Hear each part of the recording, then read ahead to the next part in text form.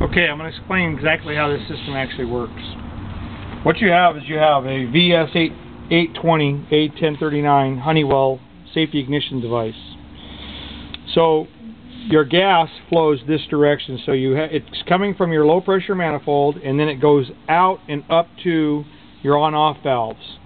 You also have a 1/4 inch pilot line that comes out and runs in through the backside and up through this middle device, which is bolted down by 4 1/4 bolts. Okay, that's this device. This device is shown without the holes punched in it for the 1/4 device. So what you actually have is your pilot 1/4 inch pilot line comes into this pilot, which actually has a little micro orifice in the middle of it that allows the flame to come out of this chute, that chute, and the mid chute. The middle chute actually has a flame hitting this thermopile. This is a thermopile that's removable by taking those 4 bolts loose, and you want to lift up just enough that you can get a wrench in here and take that, it's a 7/16 wrench, take that nut loose and take the thermopile loose.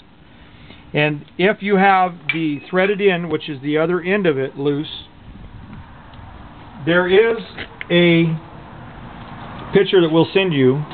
There's a mid jumper block in the middle of the barbecue underneath this shroud that runs jumper wires run from there up to this device. So here's how this device works. When you put heat to this switch, this is actually a thermopile that the more heat that it gets, it sends millivolts. Okay, so this switch has to have a jumper running from the TH to the TH, which would normally go to a thermopile or thermostatical register on a wall, or a controller that tells it how hot or when to come on and when to go off. So here we actually have that jumper wire actually in place because we're not using a thermostat, we're actually just using burners. So this is shown without the jumper wire on. It absolutely has to be in place for this to function. So your thermopile wires come into the opposite side of this Honeywell device. Red goes on the short side, red to red, and then the white is your common coming across.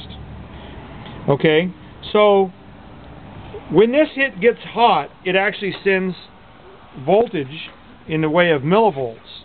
So what I'm going to do is I'm going to actually fire up this barbecue, and I'm going to actually show you with my ohm meter where to actually do the testing. So if you're having pilot issues or the thing keeps going out, it's possible that this thermopile has failed. I've only had one failure out of a whole plethora of barbecues. They don't typically fail, but I have seen it. So this is a great way to test to see if you need a new thermopile. But when we ship the barbecues, we did testing.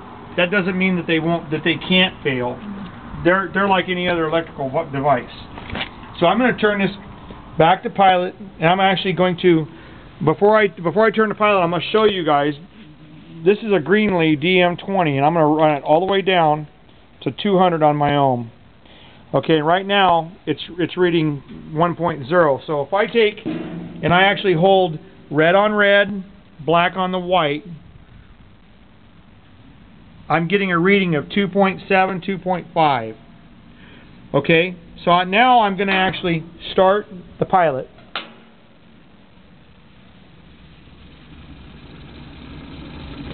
And what I want to do is I want the pilot to start, and I want it to start long enough that it'll stay lit when I let go of the button.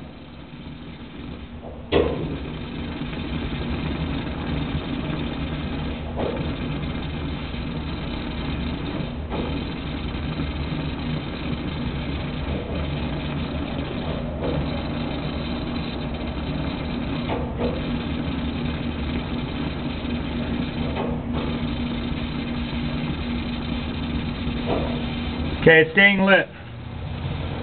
I can either leave this in pilot or turn it on. It doesn't make any difference. I'm going to re-put my ohm meter back on red, the black on the white wire. Now look at my ohm meter. It's constantly going up. I'm at 66.9, 67, 68, 69, 70, 71. This will keep growing and growing and growing all the way up to 750 millivolts.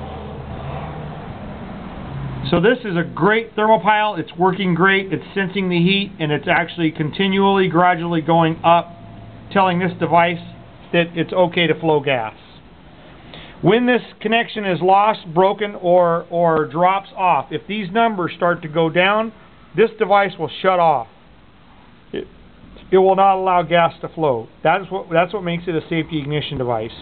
The pilot must be on for the gas to flow. If the pilot will not stay lit, it's because the thermopile is not telling this device to allow gas to continue to flow with your finger off the pilot button. If this device is working correctly, then everything electrically is flowing. You're getting positive millivolts, and you can turn this to on. You are able to start your barbecue at will. If you're having a problem with the pilot constantly going out, but you have good thermopile readings, there is 2 procurements.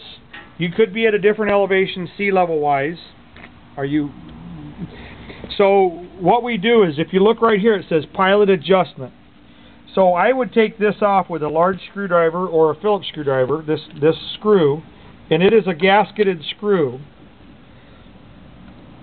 So if you notice that below the screw there's actually a gasket. That's just to keep the dirt and dust out. Now if you look down inside of it, you'll need a micro screwdriver. Okay, so this is a micro screwdriver. So you take your micro screwdriver in there. Now if you take it and you turn it clockwise, that means your flame will get lesser. If you go counterclockwise, your flame will get bigger. So if you need a larger flame because your flame won't stay lit, then you need to turn the flame up so that it'll stay lit. It all depends on what altitude you're at. So when I adjust them here, I try to set them so the flame is raging pretty good so it stays lit. There's more sheet. So if your burners aren't going completely infrared, and they should go infrared, then you can adjust your flame by taking this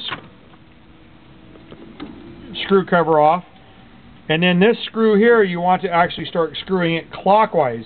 As you screw it clockwise, you'll be adding pressure to your infrared drives, which would pick the flame up hotter and make them go infrared faster. That's how this device is adjusted. Pilot adjustment, burner adjustment.